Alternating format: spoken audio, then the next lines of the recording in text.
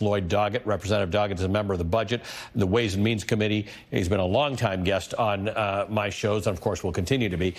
Congressman, thank you for joining us this morning. Tell me a bit about how you came to this decision.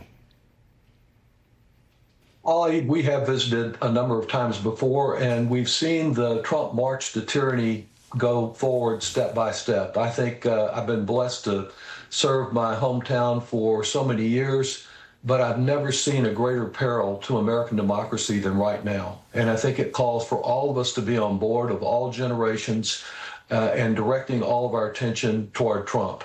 I hope that the court will uphold the current map, not the Trump map.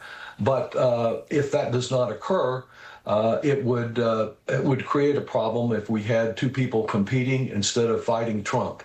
I had hoped that Congressman Kassar would defend his district, and I think really the next step is how do we find candidates with the courage to challenge these Trump districts? We cannot afford for Trump to leave Texas with 5 new Republicans, and I believe some of these districts, particularly Congressman Kassar's, which is 57% Hispanic, more than his district today, and which Biden got 49% of the vote, that is a winnable district, but it takes a lot of hard work and determination to appeal to many disaffected Hispanics, particularly who moved toward Trump in the last election.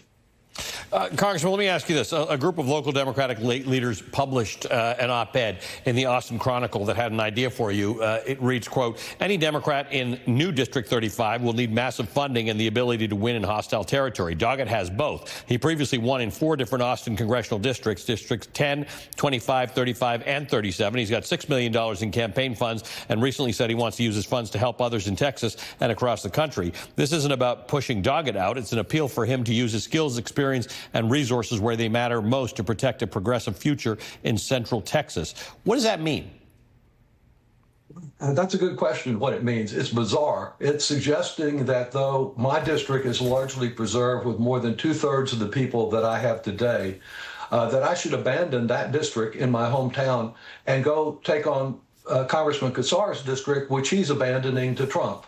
It makes no sense at all. But the argument that was made was significant to me in this sense. I think that it provoked conflict between his small group of friends that wrote this article and some of mine, and a Twitter war. We don't need that kind of thing. And that's why I decided, we will have months of fighting one another.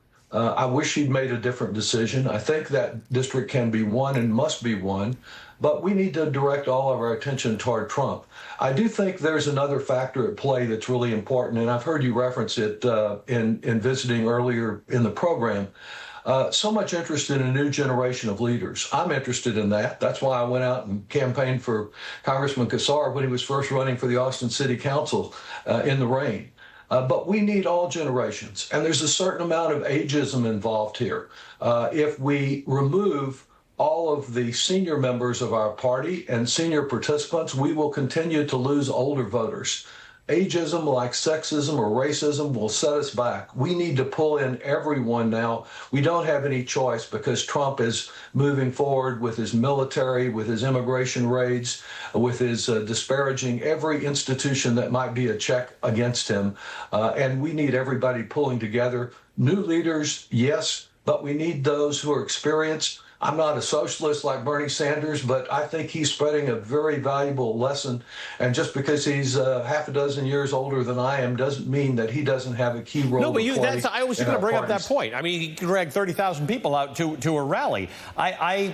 As you heard in my discussion with Congresswoman Lee, I'm not sure it's young versus old. I'm not sure whether it's moderate and centrist versus progressive. I think it's people who fight versus people who don't.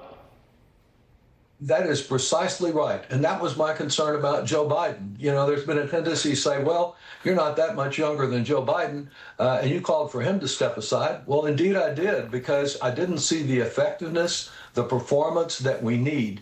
Another leader who plays a continuing role in our caucus is Nancy Pelosi.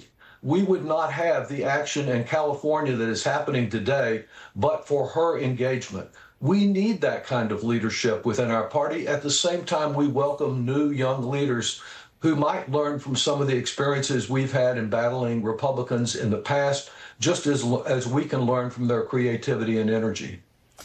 Congressman, you are always welcome on this show. You always accept our invitations, which we appreciate, and you and I will have much to discuss in the coming days and weeks, and we appreciate your time. Democratic Thank you so Representative much. of Texas, Lloyd Doggett.